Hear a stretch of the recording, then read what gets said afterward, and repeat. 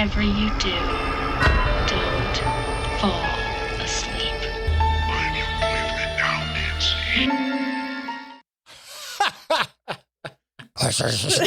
I just had no idea what he said. I'm your boyfriend now. Oh. Yeah, he's a bit of a pervert. And welcome to Screams and Streams, the podcast that looks at the best and worst horror movies as rated on Rotten Tomatoes from 1970 onwards. I'm your host, Chad Campbell, and with me are my co-hosts, Sam Schreiner and Mike Karen. Be sure to check us out on Instagram. Our handle is @ScreamStreamPod. Also, check out our website at screamsandstreams.com for more information about all the films we are looking at. Just a warning, if you don't like spoilers, we recommend that you stop listening now, check out the film, and then rejoin us for our discussion. Today, we are looking at Wes Craven's 1984 film, A Nightmare on Elm Street. It scored 95% on Rotten Tomatoes, and let's get into it. Sam is going to give us our summary. Teens living in Springwood, Ohio are having nightmares about a burned man with blades on his fingers. After one of her friends dies during a nightmare like that, it's up to Nancy to find out what's going on and ultimately to confront it before she dies too. A burned man with Blades on his fingers. blades on his fingers. All right. That is it in a nutshell. We're going to move into Sinister Sips. What are we sipping today, Mike? Today's Sinister Sip is an espresso martini from Absolute Vodka's recipe. It looks lovely. Yeah, it looks fantastic. Cheers, y'all. Cheers. Cheers. That's nice. Oh, that's delicious. Oh, I really like that. Well done. Well done. I think that might be the winner of all the Sinister Sips so far. For I think me, so too. anyways. I really like it. And I'm not a big coffee drinker either. I really, really like it. I love coffee, but that is really tasty. It's very good. And it's very decorative. I really like the 3 coffee beans on the top and the little foam you got going on there. Great Mike touch. is quite a bartender. He is. We're spoiled over here. All right, we're going to go into our first impressions of this film. Mike, why don't you start us off with your first impression of A Nightmare on Elm Street? I actually can't really remember the first time I watched this. What I do know is that it wasn't the first Elm Street that I watched. I remember I saw... Oh, you started like on 3 and then went backwards? Yeah, I started on 3 and then kids in my elementary were talking about Nightmare on Elm Street Part 1 and the way it ended and it was a much better film. Yeah, I think I was maybe junior high, even high school when I finally saw it. All I remember is Johnny Depp's death scene. How could you forget? Very memorable. We'll talk about that a little later. So rewatching it this time was really my first watch because even when I went back through the franchise a couple of years ago, I skipped this one for some reason. I don't know why. It really started with the bad one, I guess. I think it started with Dream Warrior again. It was just like, ugh, why?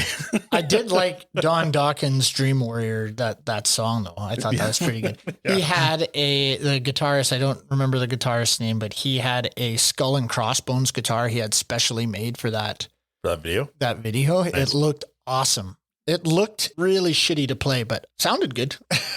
So as far as my impression on this watch, I enjoyed it. It's good. It's tight. It's fast. I mean, I have a few things I can pick at with it, but no, I enjoyed it. I'm just going to stop there because I'm saving most of it for the categories. Okay, sounds good. Sam, how about your first impression? So in grade 4 or 5, I went to a slumber party and we watched Sixth Sense. And that movie scared me a little bit. And one of my friends was like, I know a movie that's going to scare you even more. So whipped out this movie. This movie scared the shit out of me as like a 12-year-old. I was terrified of it. And I was someone who had very vivid nightmares, awful dreams, and the feeling of not being able to wake up from a dream, absolutely one of the most terrifying things. So I watched it one time, scared the shit out of me, and then I didn't watch it until last week. And Wow. I was very scared of this film. I was really excited to revisit it. There's some cheesy moments, there's some things to pick apart, but overall, I really enjoyed the film. Does it still scare you? I think the concept of it is terrifying, obviously, but it wasn't as scary, as my 12-year-old self. So I have seen this movie multiple times. As a kid, I do remember the first time I watched it because it did scare the shit out of me. I was over at a buddy's place. We were watching it in the basement. All the lights were off. And then I had to walk home afterwards. Oh, no. And it was pitch black. It was just after midnight. It wasn't far away, but it was far enough to scare the shit out of me. So that was scary. That was like in junior high. I watched again in high school. And again, I still thought it was pretty good and scary. This time when I watched it, it wasn't scary at all. I thought it was kind of silly. Some of the acting really didn't land for me. The fact that it was Johnny Depp's first role was kind of interesting. Yeah. A very young Johnny Depp. I just thought it was like a movie of its time. So when it came out at the right time, it was scary back then. But now when I go back to it, I just didn't find it scary. And maybe if I showed it to my daughter, she would. Mm-hmm. But right now with all the horror movies I've seen coming up to this part, some parts just seem really laughable. There were some good parts. So yeah, that was my fourth or fifth impression. Really, when I watched it as a kid, it did freak me out. And it was one of those things where, I don't want to go to sleep. This burned man with knives is going to come after me. Knife fingers. All right, moving into our next category, we're going to go Tropes Hall of Shame. Sam's going to kick us off with some tropes. The douchey friend jump scare. We see it all the time in horror movies. They're at Tina's house and Rod jumps out as they're all investigating what's going on outside. And on that note, going outside to investigate something creepy that's going on, there's a voice literally calling Tina's name. Yes. And she's like, I'm going to go outside wearing no pants also. And she's like, and I'm going to go see who's calling my name in the dark. There's a lot of no pants in this video. There's a lot of movie. No pants. Tina. Oh, what could that be? Yeah. What do you want? What do you want? Let's go check it out by yourself. Mike, you got a couple for us? My first one is also on Rod, the person from your jump scare. Oh, yeah. And it's just the trope of the greaser. He's got the leather jacket, the slick back hair, the switchblade. Rebel Rod. Yeah. Rebel Rod. I had that one as well, actually. Yeah. I put delinquent in a leather jacket, and the cops actually called him, quote, a musician type. Oh, arrested. I put musician type as well. Arrested for drugs, brawling. And then my second trope is just seeing the shadow of the killer before the killer comes on screen. Oh, yeah. For the first big reveal. I had a couple. They're in the boiler room, the leaky pipes. Oh, yeah. There's always leaky pipes and a shitload of steam. And it's like, come on, get this tended to. They just don't. This is a hazard.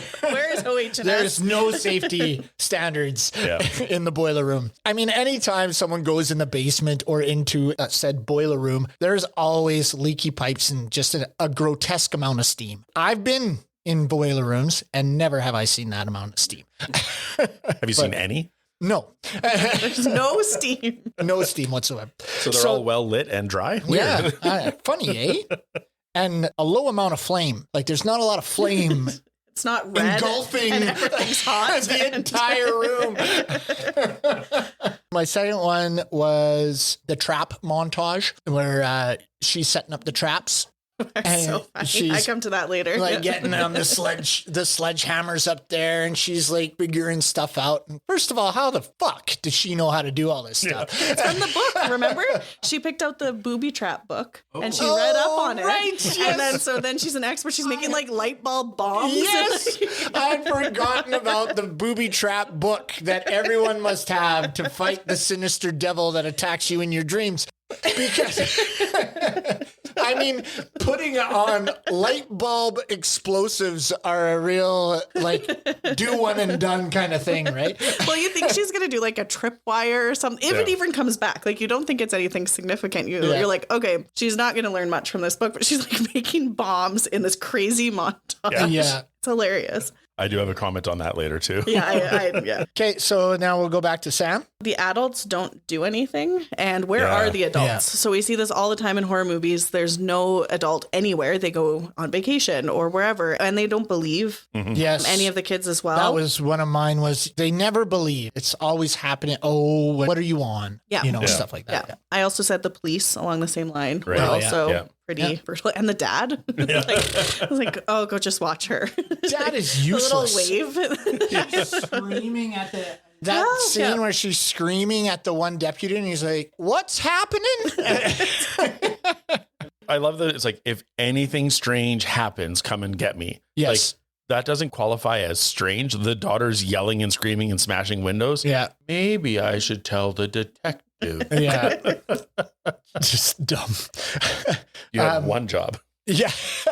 Failed miserably. Mike, you got some others? I have the trope that what they're learning in class is related directly to the events that are taking place in their film. So didn't we see that in Halloween? We've seen it in every horror movie. Thank you. There's the trope. Sorry. Ladies and gentlemen, there's the term. So we've seen it more than once. I'm on top of my hosting game right now. But there's the lines like, what is seen is not always what is real. And then doing the line from Hamlet, right? Something rotten, a canker in Denmark. It's like, so something's rotten in Elm Street. And it's just like, ugh. And like literally rotten. Yeah. He had maggots. He was oozing.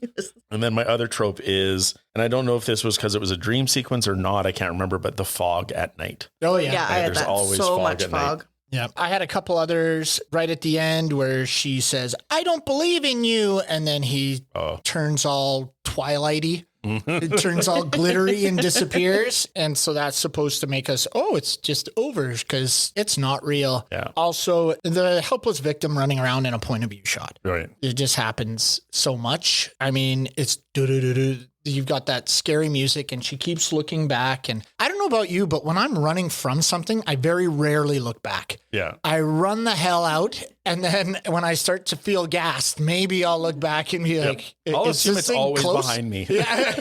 Just assume it's Get out of Dodge. Like, that's why they trip. And I believe she's pantsless as well in that scene, but I can't remember 100%. Very few. But it's a pretty good guess because there are a lot of pantsless scenes. We can assume. Okay, Sam, did you have any others? I had the final girl trope get all the time. Yeah. I had when they go for the sleep test and they're like, oh, she's doing fine. Nothing's going on because she's at a 3. 5 to 7 is where the nightmare happens. And then suddenly Nancy's off the charts and shoots up to a 30. And it's like, oh, something must be happening. Something's wrong. Like, it always has to go way too far. Yeah. In the trope. And then my other trope relates to that as well, where now she has white hair. Right? She's from got her that trauma. silver. I had questions Bit in about the that front, later. yeah. I'm like, what is that? Okay. I had a few questions. I have a lot of questions. That was one of several / many. So with that, we're going to go into our one-liners. Mike, can you start us off with some of your one-liners you found in the film? Oh, I forget the lead into this line, but where Rod's like, I've got your name written on my Johnson or whatever it was. Right. And she's like, there's 4 letters in my name, Rod. How can there be room on your joint for 4 letters? I was just like, I love a strong. Yeah. I like a strong woman in these movies. Like not putting up with his shit. My other line is just like, we've talked about this in other movies with the sexual nature of teenagers in the 1980s films. Yes. And Johnny Depp is on the couch listening to Rod and Tina. And he's just like, morality sucks. Yeah. They are going to town, by the way. That is loud. And I don't know if it's they're that loud or there's very poor insulation in that house. Either or, probably a good guess. Okay, so I had a couple. One was, of course, whatever you do, don't fall asleep. Yeah. And then I had, come down to the cellar with me and I'll tell you. I don't know where that was. Just kind of a... Tell me up here where it's safe and warm. Yes, it was why are we going to the cellar? We don't need to. So those were a couple I had. Sam, did you have any? One of them was when Tina wakes up from her nightmare in the opening scene. Her nightgown is ripped with claw marks, and her mom goes, "You need to cut your fingernails." Although she's just like, I had that one too. I had that one too. Just like, oh my God. And then doesn't she say like, and you need to stop having those kinds of dreams? And I'm Yes. like, what is she implying? Yep. Another one I had was right after the Rod jump scare. He goes, "So what's going on here? An orgy or something?" And and then Glenn says, "Maybe a funeral, dickhead." And then on top of that, Rod pulls a knife out. Yeah. Oh, yes. It's like an inch. Like right away, it's like 0 to 100. There's the greaser, the brawler. I'll catch you. Another one that I liked was Freddy saying, "I'm your boyfriend now, Nancy," after Glenn goes. I liked that one. Mike, did you have any others? Yeah, so I did like this one just because maybe Sam can relate because you are much younger. You're talking about Sixth Sense when you were in elementary, and I was like, I saw that in my 3rd year university in the theaters. But I just thought it was funny, like when you're young, like being 20 seems so old. So when Nancy looks in the mirror, she's like, "Oh God, I look 20." I'm like, "Oh, fuck off." Yeah, I know, right? I'm 46. I'd kill to look 20. And she was 19 when she was playing the part. I know. That's so funny. I did like, this comes into something later, but like, "Glenn, you bastard, you fell asleep." Like he has one job. One job. Can't do Literally, it. he became my arch nemesis in this film. I It's was like, so crazy that he's 20 go ahead, minutes. Sam. It's 20 minutes. Yeah. Like, just stay awake. You have one job. Just sit up, splash a bit of water on your face. He's watching TV and then listening to something else. Yeah. Oh, there's that one. Yeah. Oh my gosh. Yeah. You had one job. Sam, did you have any others? Yeah, after Glenn's death, I think it's one of the police officers. He says, you won't need a stretcher, you need a mop, which I thought was really good. Just like after the dad is like That flood of blood. Yes. the flood of blood. This was Nancy to her mom, and I was just like, oh, fuck, that was harsh. Because there is the whole distant parenting thing and the questioning of like how they're caring. But she's like, maybe I should grab the bottle and veg out like you, avoid everything by getting good and loaded. Yeah. I was just like, oh. Yeah, that one was man. spicy. They really hit the mom's alcoholism hard by the time they hit middle of the pack, where she grabs it out of the towel rack and starts chugging the bottle of vodka. And I wasn't sure if that was entirely necessary. I don't think it was. No. No, like she's already pretty absent and doesn't care anyways. We already know. She could have like one care. martini and we'd be like, oh, okay, we get it. Yeah, there it goes. Actually, I did have one. It was the mom talking to Nancy and says, knocks on the door. Hundreds of people a year get killed by falling asleep in the tub. And so I looked it up, and actually 335 people die a year by falling asleep in the bathtub. So she was accurate. Hundreds. She's, wake up, and just kind of whining at her. Hundreds of people die. And I just thought it was interesting. How many people really do die? Yeah. But apparently around 335. I had one on the same theme of Nancy's mom. It's at the very end of the film. It might be the last line, actually. She says, they say you've bottomed out when you can't remember the night before. You know what, baby? I'm going to stop drinking. Oh, At the yeah. very end. It's like after this like insane series of events. My last one is when Johnny Depp, you referred to like he's watching one thing and listening to the music. Right. And she's like, what are you even watching? You can't even hear it. And he's like, oh, I'm just watching Miss Nude. Yeah. She's like, how can you hear? Like, who cares? Yeah. Nice. Miss Nude. Late cable pornographic films on a little black and white TV. Oh, the 80s. He had it like resting right on his nuts too. Like he's got that CRT TV just like sitting on him, Just with his radiating away. headphones on. Just Loving life. All right, so now we're going to move on to what doesn't hold up. I've got a few. I'm going to start with Rod's behavior with Tina. I mean, that whole I'm just going to take you kind of mentality, and what they showed in the 80s and stuff where the girl's like, no. Yes. And then he just grabs her and takes her, and that's it. So, and then they're in love afterwards. I don't know. It's just weird, and I don't get the relationship. I don't think it really passes now. No, I didn't get it either, because that line that I had about there's no room on your joint for 4 letters. In no way did I see them as dating at that point in the movie. No. I thought they didn't like each other. Yeah. So when he shows up at the house, I'm like, the guy that nobody really likes has shown up and ruined the night. And then he's like, all right, let's go bang. And it's right after he pulls the switchblade too, right? Yeah. Like he pulls the switchblade. She's, just calm down. Like they just slough it off. If one of my friends pulled a switchblade on me, I'd be like, fuck you. I'm going home. What if they have a leather jacket and greasy hair though? Well, then I don't know. If he sings Grease Lightning to me, maybe I'll. I had another one, which was Rod's Tidy Whities. What do you mean? Go on. They were clearly holding something up. I was going to say. He's only got a 3-letter long Johnson. What the heck does he need those things for? So, yeah, I don't know. Out of style. Move on, Rod.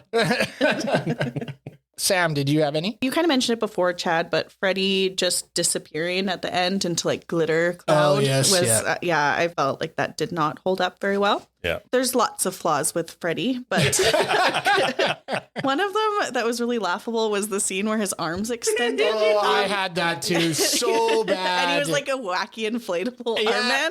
And it was like, so they looked like accordion arms. They were just, I thought they were going to squeeze. And I would have seen them go back. Like a goose. So they were bad. Yeah. Yeah. I had that one too. That was really bad. Did you have another one, Sam? Another thing that didn't hold up to me, and I wasn't really sure where to put this, but I'm going to put it here. Another thing that you mentioned earlier, Chad, was Nancy and her booby traps. It wasn't just her building booby traps throughout her house, but it's that whole timeline of that montage scene. So she says, sorry, to Glenn, in 20 minutes, you need to be at my doorstep. But like, she then constructs all of these elaborate booby traps. And so it's 20 minutes, right? And then she helps to put her mom to bed. So then she goes into her own bed. Okay. She tucks herself in and the clock says 12:20. So it's only been 10 minutes. Yeah. So it's this montage of 10 minutes. And then she's supposed to get into deep sleep and like have a nightmare. Yeah. It's crazy to me. So that whole timeline and the booby traps doesn't hold up for me. That was going to be my what the fuck moment. I was like, she MacGyver's the house and is going to fall asleep in 20 minutes. Yeah. No, it takes me 20 minutes just to get to sleep. Unless I'm reading a book. Then it's like 2. Then it's 2. 1 page and I'm out.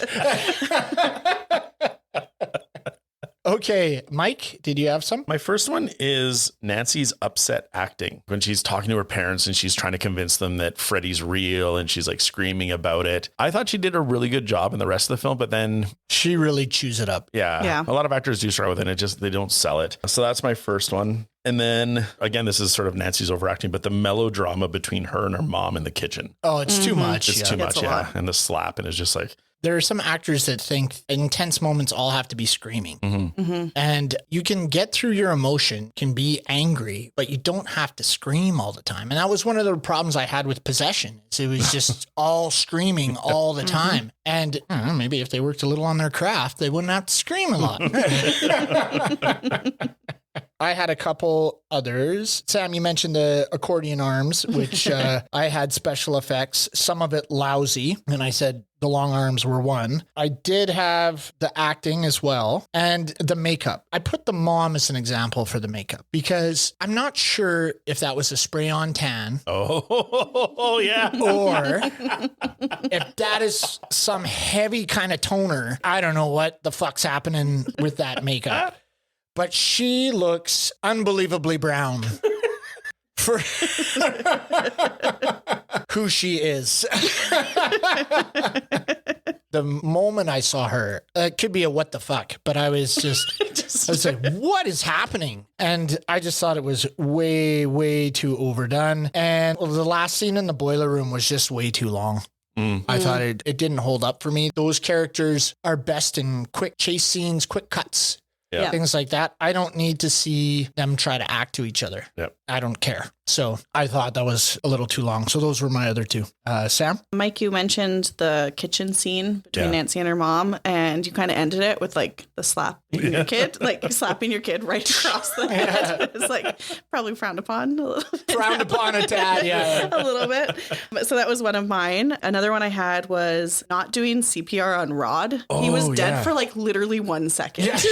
I feel like they could have brought him back, but they were like, what the fuck?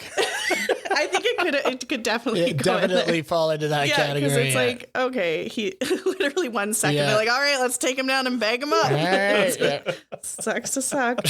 And then my very last one was the news report with Tina's dead arm dangling out. I know I mentioned that in a previous episode as well, but you just wouldn't see like, first of all, I'm hoping they'd wrap the corpse a little bit better, but just the arm dangling out on live TV is like, probably a body bag. Yeah, I'm assuming so your limbs aren't flailing about. Bloodied limbs.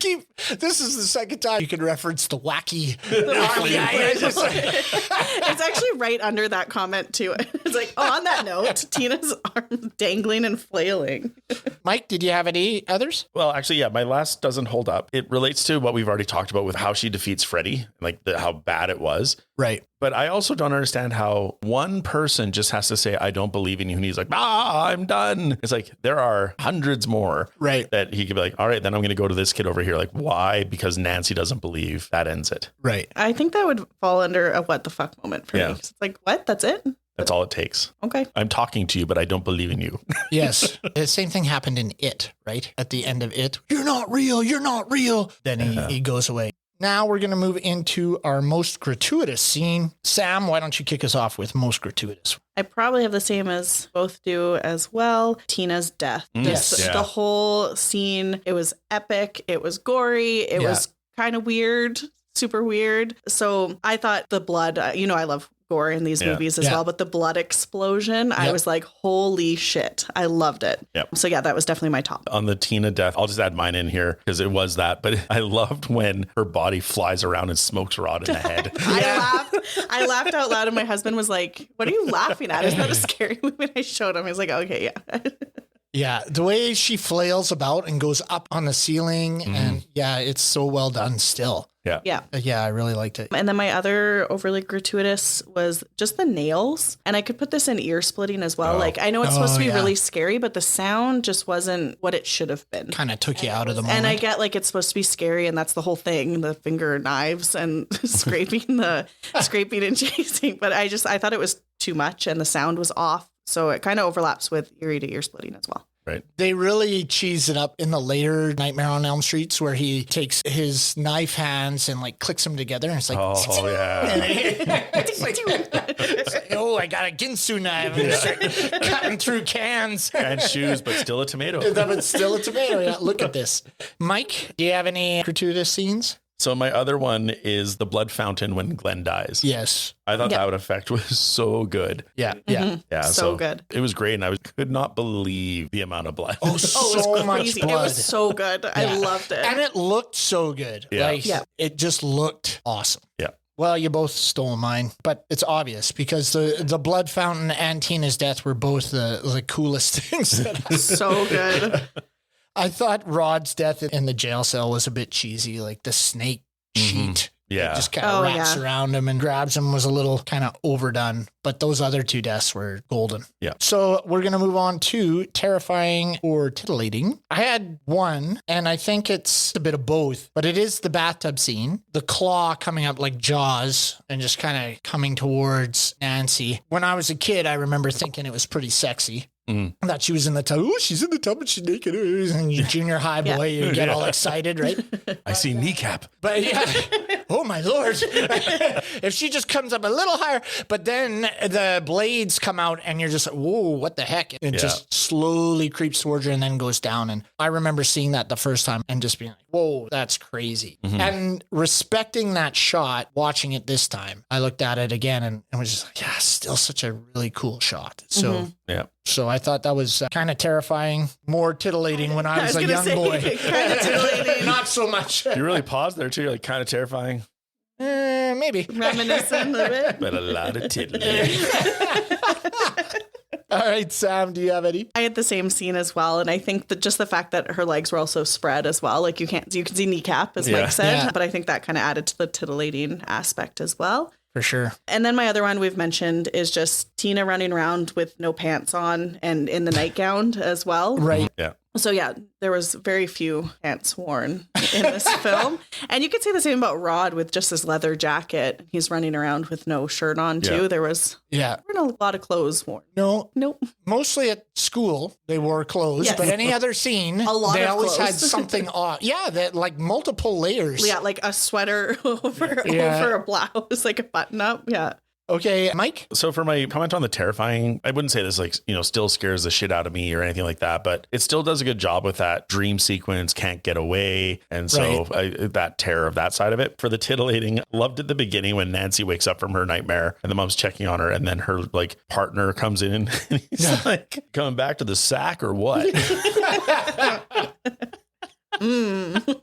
Just the greasy, like the dirtiest dirtbag ever. Like he's wearing like, her hair's all disheveled too, right? She's just, And then my other titillating comment, and I appreciated this, especially after like some of the other films we've seen, but there's no actual nudity in this film. No. Right? Like even the bathtub scene where Nancy's pulled down, there isn't like gratuitous body shots or anything like that. No. So I did like the fact that while there is the like hypersexual sex scene sounds, but we don't see a lot of nudity. There's a bit, I guess, when Tina's dead and you see her chest get scratched. Right. But even that's like not really there. I think the shirt still covers the nipples. I kind of liked it. It was refreshing because I thought it was going to be this, like, because I know the later nightmares get a little over sexual. Oh, big time. Yeah. So, all right. So now we're going to move into stood the test of time. Mike, you're going to kick us off with that one. My first comment I had was just pretty much the dream sequences. I thought they did a really good job making them feel ethereal and a bit otherworldly. They kind of played a bit with the, is it a dream? Is it reality? We don't know. Right. But when it was actually a dream sequence and we knew it was a dream sequence, they did a good job with it. And I put like that lamb running at the start of the movie. It was just... I don't remember that. There was a lamb at the start of the movie? I believe you.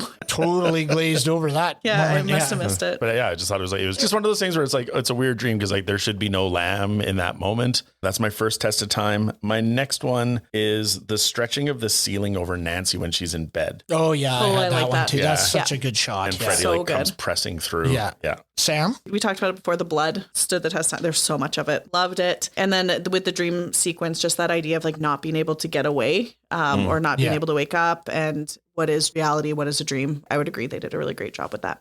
So most of these we've mentioned in other categories, like the bathtub shot. Mike mentioned over Nancy's bed, but there were two scenes that we haven't touched on yet. And I really like the Freddy on fire Oh yeah. stair scene, like Yeah. the footsteps in the stairs. Mhm. I like that. And I really like the beginning of the movie, the making of the glove. Yeah. So Oh, yeah, kind of that's- where it yeah. all starts kind of thing. What are some other ones you had there, Mike? This one, I don't know if it really is a test of time or not because I have comments about this actor, but Lynn Shay as the teacher at the school. Oh yeah, the Insidious lady. Yeah, I didn't realize she was in this. So I was just like, hey, it's her. Yeah. And then I said to my wife, like, this is the first good horror movie that I've seen her in. I liked Insidious. There's a few, but like they always just go bad by the end of it. And so anytime I look for a new horror movie, if Lynn Shay's in the cast, I reluctantly watch or avoid watching. So She's amazing in Kingpin. she is amazing in Kingpin. Like- But yeah, so I think just her sort of place in the world of horror definitely stands the test of time. And then I quite liked the shot of Tina in the body bag at school. Oh, right. Yeah, when Nancy's having the dream and she looks over and there's Tina just like, Yeah. And she kind of walks around in it. Yeah. Yeah. Yeah, I had that in a back it up moment. Yeah, just that whole scene itself. But then there was kind of the weird where she was laying on the ground and got pulled by the legs. I thought was kind of cool. So yeah, I would agree. Cool. All right. So now we're going to move into our eerie to ear splitting. Sam, you had some comments about the audio in here? Yeah, I really liked the music throughout. I thought it was pretty good. I really liked the song in the credits. I didn't look up what it was, but I did really like it. I liked most of the sounds. I didn't like the scratching. That was kind of my ear splitting. Right. I think it just could have been better. It was like off. It didn't match up right and the sound wasn't right. I just think they could have done way better, especially when that's supposed to be like the scary part of it is hearing that. Mike, you have a couple? so my first one is the synth motif of Freddy's song. Brought me right back to like DJ Jazzy Jeff and the Fresh Princes. Right, Nightmare on My Street because they sample it there. And I love the one to Freddy's Coming for You playground. Oh, yes. I had that one as well. All about Yeah. it. Lyric, whatever you want to call it. Yeah, I had the rhyme as a positive, but I felt like, and I don't know if this was the recording I watched or what, but I felt like the audio was off in parts and the dubbing was a little bit off. And it seemed, you know how you can tell when they're doing a behind the head shot and they're talking, and you're like, that just doesn't sound like it's in the moment. It seems like it was recorded after. There were some like that just didn't match up for me. So that was my biggest complaint about the audio in this. The music I did really enjoy. I thought when he was hunting them down, the synthesizer stuff was cool. So I enjoyed the music overall, but I just thought the audio was a little bit off in parts. So that was my big complaint. Okay, moving on. We're going to go to our what the fuck moment. Mike, you're going to kick us off with this one. What did you have for your what the fuck moment? My what the fuck moment is at the funeral for Rod. The priest just throws shade where he says, he who lives by the sword dies by the sword. It's like, that's how you're going to talk. I had that. I wrote notes on that somewhere on here. I was like, I would This be. man is a sinner. More people than I thought showed up at this funeral. Like there's people that are clearly grieving and caring. And the priest just like, he was a violent kid and he died violently. Womp womp. Yeah. So I probably should have put this here because my notes actually say, what the fuck is this sermon during the memorial? And I said, I'd be so pissed. What a jerk. Yeah. My what the fuck was the phone tongue when it popped by and it's like, blah, blah, blah, blah. I was just like, what is that? First of all, that was one of the effects that didn't stand the test of time. It looked really bad on the receiver. And then there's just this tongue out there.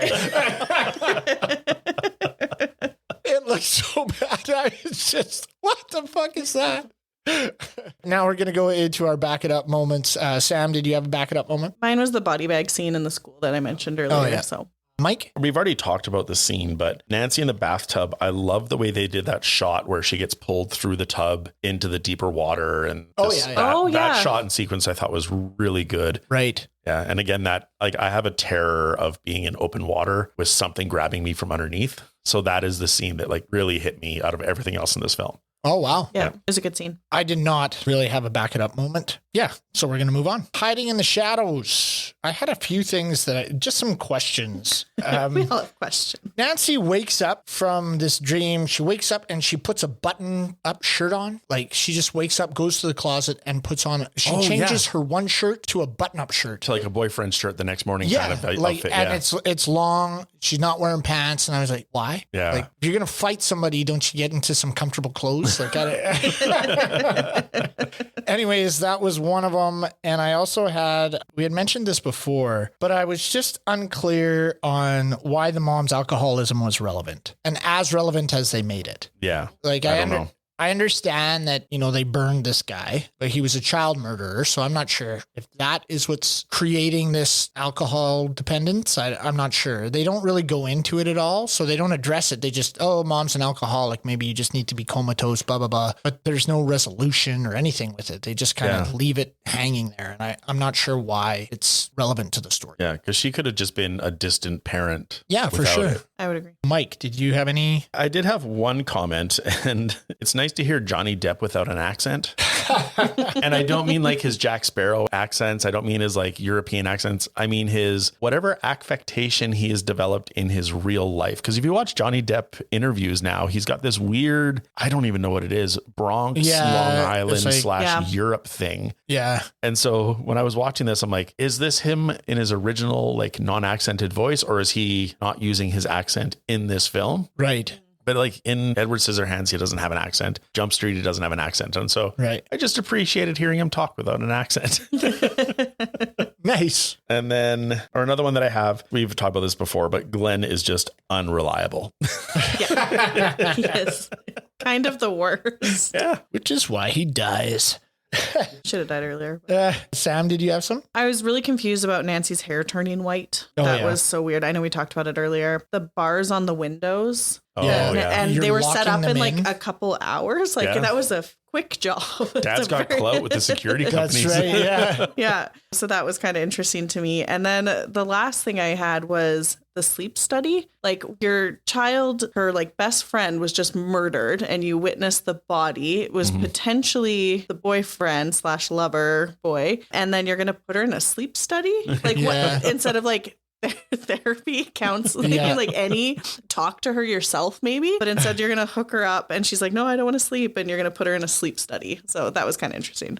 Yeah. So Mike, did you have any others? I just had one more, and it's a question more for the table. Nancy died, right? In the film. That was my take of this, where Freddy disappears and then... But she doesn't, because she's in multiple others, right? She's in one where she comes back and she's a social worker. And then in the other one, she's a mom. So she doesn't die. So my problem with the reality dream... Blending, yeah. Like sometimes they're affected in the real world. Other times they're not. Sometimes these things happen, other times they're not. Was this a dream that Nancy was still in at the end where her mom gets sucked through that extremely small window? Yeah. And that was so good. I was like, what?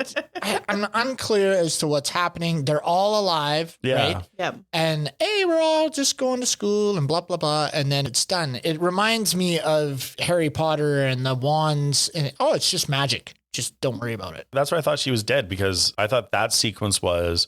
She's there with all the other dead characters, like, and it's a soft focus shot, like yes, yeah. So that's where I was like, all just a dream, all of it, every single death and everything. They must pick it up in number 2, because I can't remember number 2 very well. I'm not sure if it continues right where the first one left off, but I know number 3 is in the insane asylum. But I'm not sure where that goes to. And that was confusing for me too, because when I originally saw it, I thought, yeah, she's dead. But then I've seen all of these films and I know she's back.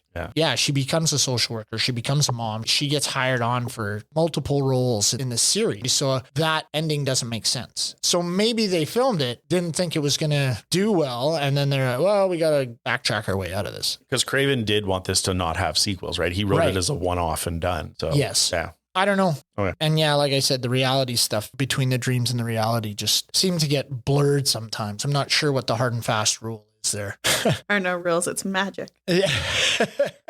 All right, we're going to go into our research bonus features here. Mike, you're going to kick us off with some of the stuff that you found. So right out the gate, this film was one heck of a success. The budget was 1.1 million, which is amazing. That's a lot. Yeah. Right? No, well, Isn't it? Well, I'm thinking back to like the 70s movies that were our like, other 1984 film Mutant was 2.5 million for a budget. Oh, wow. Yeah. Oh. So 1.1 and how good this looked was actually really impressive. Yeah. Yeah.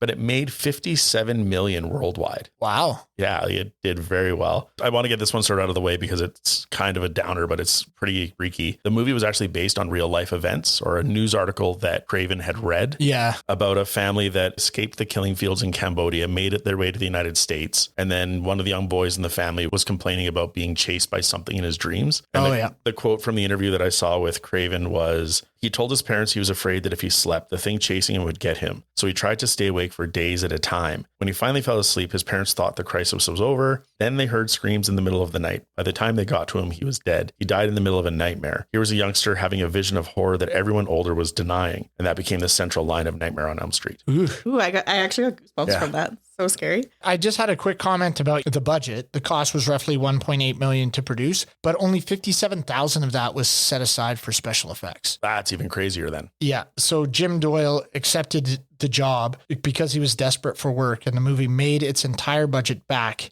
in its opening weekend. Yeah, that's crazy, eh? Sam, did you have any? So talked about how Johnny Depp in this film. Yeah, we did. One of the main reasons he was chosen is because Wes Craven's daughter thought that he was dreamy and threatened to run away from home if he wasn't cast in the movie. Oh my God. I read something that showed up on Facebook and I can't find it, so I can't verify the veracity of it. But allegedly, his friend was the one that showed up to audition, and Depp didn't even want to be in it. But it was that's where he was seen by the daughter.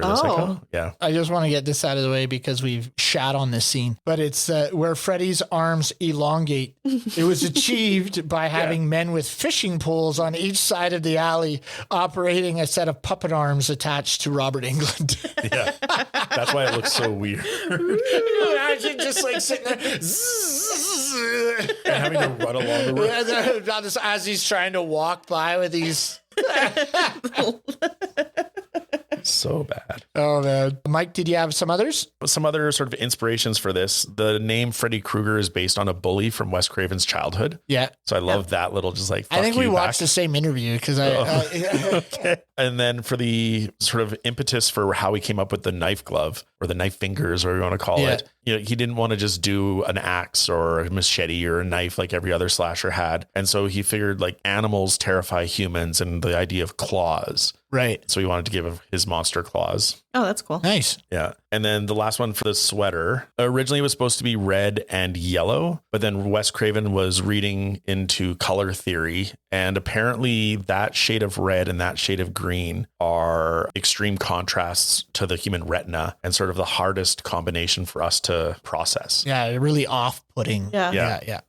Interesting. So when they originally had written the script, nobody wanted it. They couldn't sell it to anybody. They thought it was going to be stupid. They didn't think it was scary. And New Line Cinema picked it up, and actually it saved New Line Cinema from bankruptcy because of the success of the film. And the joke is nicknamed The House That Freddy Built. Yeah. Sam, did you have any? Yeah. So I love these when different directors will reference or allude to other films. So when Nancy's trying to stay awake, she's actually watching The Evil Dead, which I brought up in the Evil Dead movie, or one of us did. I think we talked about it regardless. And it was actually a direct response to the reference to The Hills Have Eyes in Evil Dead as well. So they're playing back and forth with one another, which I love. Yeah. I watched an interview with Dave Miller, who was also doing special effects and makeup on this film. And he said he was given the task of creating Freddy's face. And at first, Wes Craven wanted it way more gory. Like he wanted teeth kind of showing through and bits of flesh hanging off it and bits of its brain exposed and stuff like that. But with the budget they had and the makeup they had at that time, and this guy was sitting at a pizza shop and he was just, I don't know how I'm going to do this. And he ordered a pepperoni pizza and he looked down and he was playing around with it and he said, huh. And so he took that home. He didn't eat the pizza, he said. He took it home and he started devising on this mask what Freddy was going to look like. And then he brought it into Wes Craven and said, this is what we can do with what we got. And he was, okay. I was going to mention Freddy's face in the test of time because I think it does hold up. It does. Yeah. It looks creepy. Yeah. I saw an interview with Wes Craven and they thought Freddy was supposed to be older, right? He was auditioning these 60-year-old men. Yeah. And none of them could move with the energy that Robert Englund could move with. I feel there's air quotes around energy. He's like, they just couldn't do it. And so they had Robert Englund come in and he nailed it. So any others, Mike? On the special effects and the practical effects, the gooey stair scene. Yeah. I meant to mention this one. I loved it when she's running up in the dream and she can't make it and she's sinking in. Yeah. That was done with like Bisquick and pancake batter. Really? So they basically baked stairs. Oh, that's that cool. were semi-baked stairs. So that's why she sinks in and then it's gooey and Oh, pulls awesome. up. Yeah, that's cool. Yeah. But it looks so good. Like I don't know if you CGI'd something like that. I don't know if it would look as cool as that did. So No, it looked great. Yeah, they wanted to do everything as practically as they could. And I think that's why this film is so good still. Yeah. Right? We've talked about this so many times. The practical films do much better. yeah, I mean, there are fails, right? But for the most part, it still looks really, really good. I love this. It's a list of alternate titles for other countries. No. This is like I love this. Those ones Argentina and Uruguay, Nightmare Deep in the Night. Brazil is just Nightmare Time. Nightmare time. What time is it? It's nightmare time. France is The Claws of the Night. Sounds like a Daniel Steele Yeah, title. no, it's not. Colombia, Endless Nightmare. There's a lot like that. Hong Kong, it's Ghost Street. Okay. Yeah. Taiwan, though, wins with Ghost Goes to Bed in the Middle of the Night. Oh. So I'm guessing that's a direct translation of the Chinese to English. Yeah. I had one, and this is speaking to Sam comment about the sound effects of the glove. The sparking glove effect was achieved by connecting the glove to a car battery. Oh, Jesus. And so they did. And I know you can do that with a chainsaw too. You connect it there and then take the blade off and you run it down a fence and it just sparks all over the place. So they did that. But the scraping noise was created by scratching a steak knife on the underside of a metal chair. I hate it. So that's maybe why it didn't quite, pass the mustard. But yeah, the spark scene seemed good. Just the audio. The audio was just off. Like it felt like delayed almost or something. It was just not right. I totally agree. Yeah, it wasn't awesome. I had one here. Mike, you already talked a little bit about the outfit that Freddy was wearing, but Freddy's hat and his dirty clothes were actually inspired by an alcoholic homeless person that Craven saw staring at him through his window one day when he was 10 years old. Dude, how Jesus. terrifying Oh my is God. that? Mike, you have any others? I just have one last one, and it's on the blood fountain or blood geyser scene when cool. blood dies. And that was done with, they said it was like 500 gallons, and it was a mixture of water, paint, and a syrup. And then they built the room upside down and then poured that through into the room. And so that's how they achieved that effect. That's cool. Nice. Yeah. So, and again, like they did it practically, and it was done as an homage to the elevator scene from The Shining. Oh, yeah. Craven wanted to have a pool of blood, but with He that had scene, a pool. yeah, A plethora. A lot of blood. but with that scene, it damaged equipment, it started electrical fires, and it electrocuted one crew person. Oh my God. Is he or she okay? They're okay. Yeah. Occupational health and safety in the 70s and 80s, right? How many times have we gone over how they've done a shot and that just would not fly anymore? You just can't throw people in a freezer for hours at a time say, and now act. Sam, did you have any others? I'm just going to add this one. I was going to leave it out, but the boiler room footage was shot in the basement of the Lincoln Heights jail in LA. It ended up being condemned shortly after production wrapped due to high levels of asbestos. And leaky pipes. And apparently leaky pipes and large flames and a lot of steam. I do like that you mentioned that because watching the boiler room chase, I'm like, this can't be a real boiler room. Like it's just a maze and just dead ends everywhere. And it goes on forever. Like she keeps going and it's like boiler rooms are not this big. Yeah, but apparently they are. They are. And quite complicated. Okay, so now we're going to get into our watchability scale. Mike, What would you give this out of 10? I give it an 8. Cool. Yeah, I think it's worth watching. I mean, there are things that we were irritating with it, but it's solid. And I think I'm giving it an 8 in comparison to the 9 other nightmare films that come after this. Right. This is the one you definitely have to watch. And I think it's definitely still worth watching. Yeah. Sam? I actually would agree. I gave it an 8 as well. Same reasons. There's things we could pick apart, but overall it was neat. It was easy to follow. It was entertaining. It was good. Yeah, I really liked it. I'd give it an 8. Okay. I'm going to go give it a 7. I thought it still was good. It's definitely worth checking out. And if you're going to watch any of the Nightmare on Elm Streets, this is the one you have to watch. But I just thought some of the things just missed the mark for me this time. Some of the special effects and the makeup and the audio and the things that we talked about that annoyed me enough that it just brought it down from an 8 to a 7. I was there with you for a while, but then I was no, I don't think I can do that. So yeah, that's where I'm going to hit that one. You should still definitely check it out though, if you've never seen it. And then you should watch the other ones because Freddy gets downright disgusting. His character changes, right? In this one, he barely says anything. Yeah. But in the other ones, he starts to make, innuendo and all these other jokes before he kills them. These little one-liners he throws in. Yeah. It turns into more of a horror comedy kind of thing than an actual, I'm trying to scare you. And like watching Rick and Morty, they have Scary Terry. Oh, yeah. Right. I'm going to get you, bitch. Like, everything ends with bitch. Yeah. And so he swears a ton in the other ones too. Yeah. So I enjoyed the quietness of this. And he's only on screen for 10 minutes. That's crazy. That's crazy. Yeah.